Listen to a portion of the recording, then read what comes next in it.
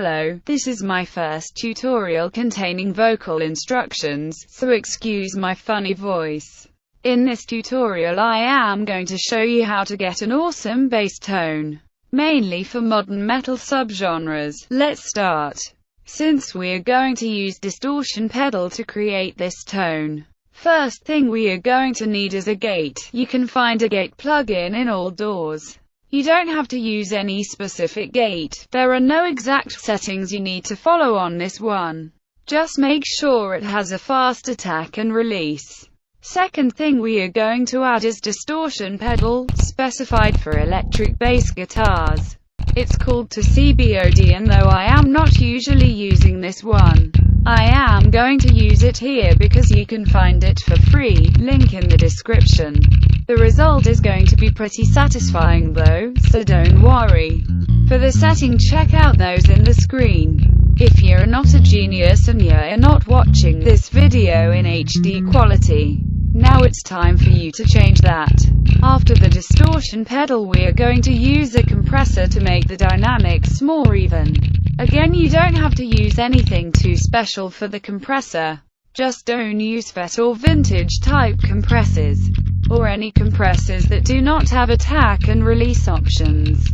For the settings, check out the screen again. The reason we are putting the compressor before amp is because that way the compressor is going to sound smoother and more as a part of the actual amplitude of the sound. In other words, it will be compressed, but it will not sound like it's too much.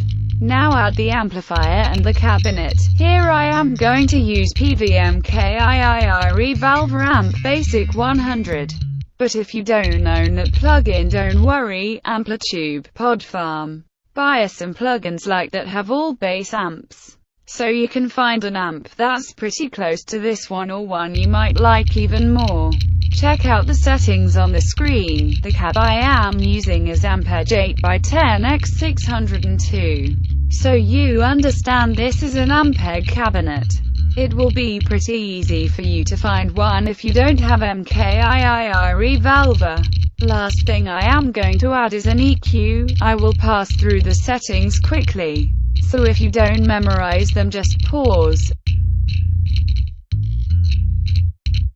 I hope you liked the tutorial and you found it useful. Let's hear a new tone in a mix.